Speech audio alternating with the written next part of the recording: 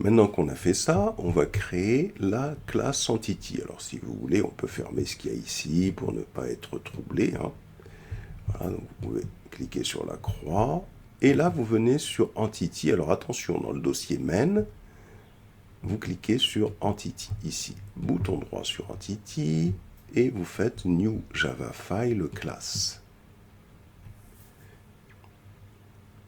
Une fois que vous avez fait ça, là, vous allez taper le nom de la classe que l'on va créer. C'est la classe client avec un grand C majuscule puisque c'est une classe Java. Je valide, normalement on doit se retrouver avec le package qui nous a défini ici, sinon ça veut dire que vous n'avez pas ajouté la dépendance extension Java Pack et ça veut dire que vous n'avez pas créé une nouvelle classe. Vous devez être comme ça au début. On commence, puisque c'est une entity, on écrit @entity, comme ça. Et bien sûr, là, il nous dit que il faut qu'on importe une dépendance, elle est là. Ensuite, on va créer les différentes propriétés.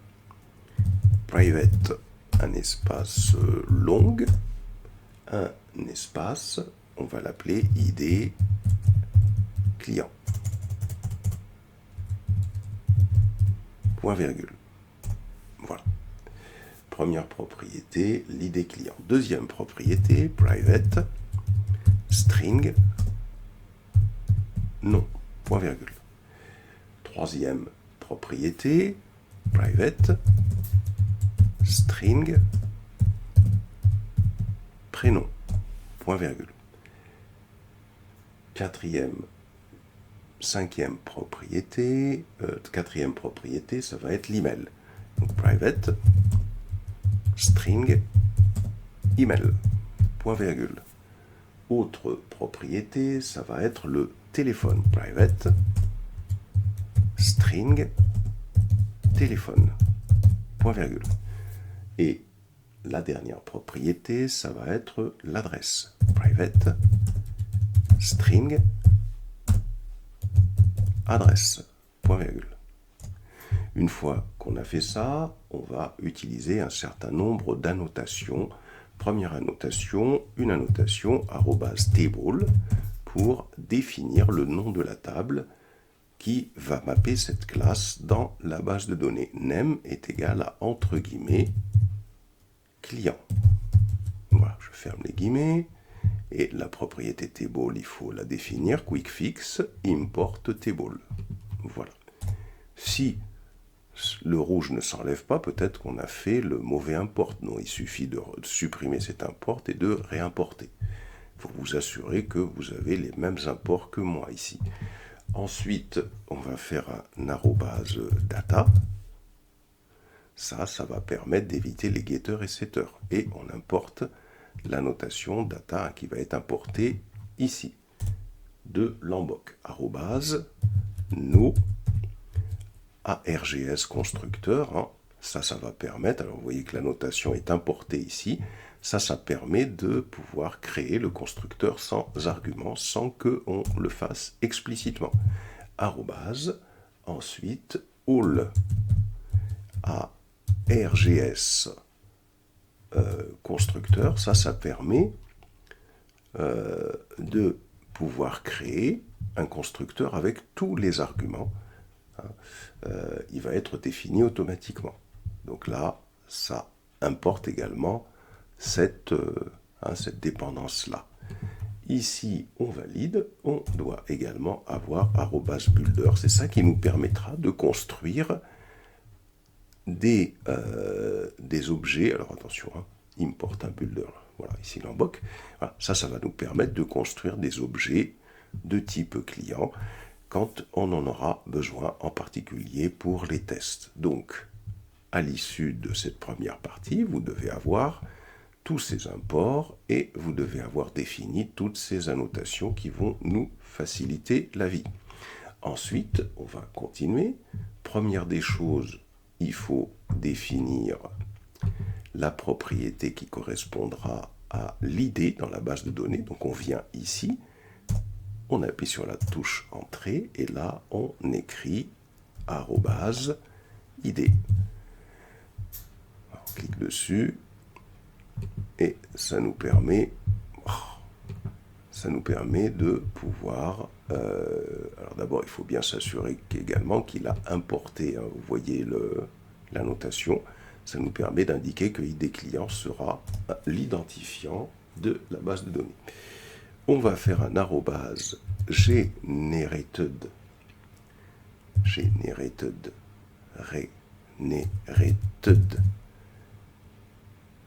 value pour indiquer le fait que la valeur sera en auto-incrément, donc parenthèse ouvrante, stratégie est égal à generation type point identity.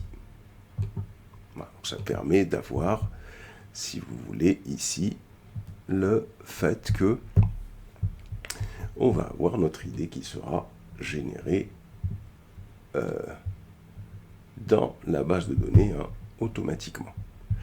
Et bien évidemment, on va terminer par arrobase. On va donner les noms aux colonnes, hein, correspondantes. Hein, colonne,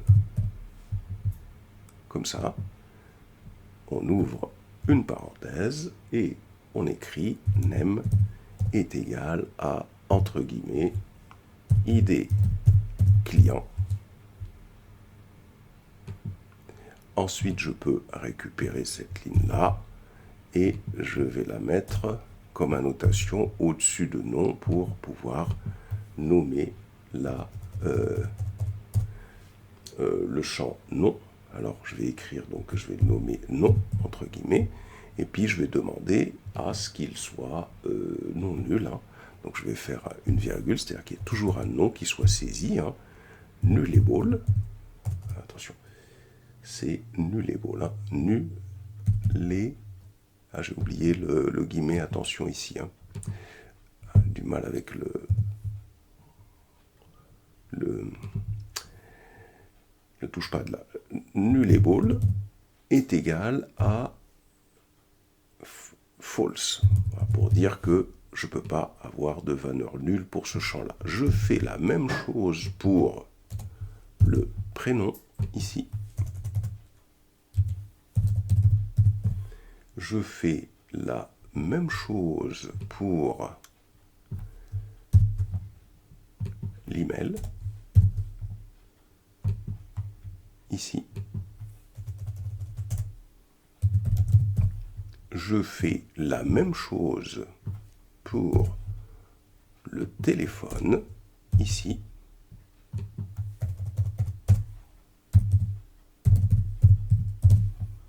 Et je fais la même chose pour l'adresse.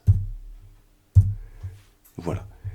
Vous devez avoir cette classe-là. Il ne doit pas y avoir de rouge. Assurez-vous que tout fonctionne bien.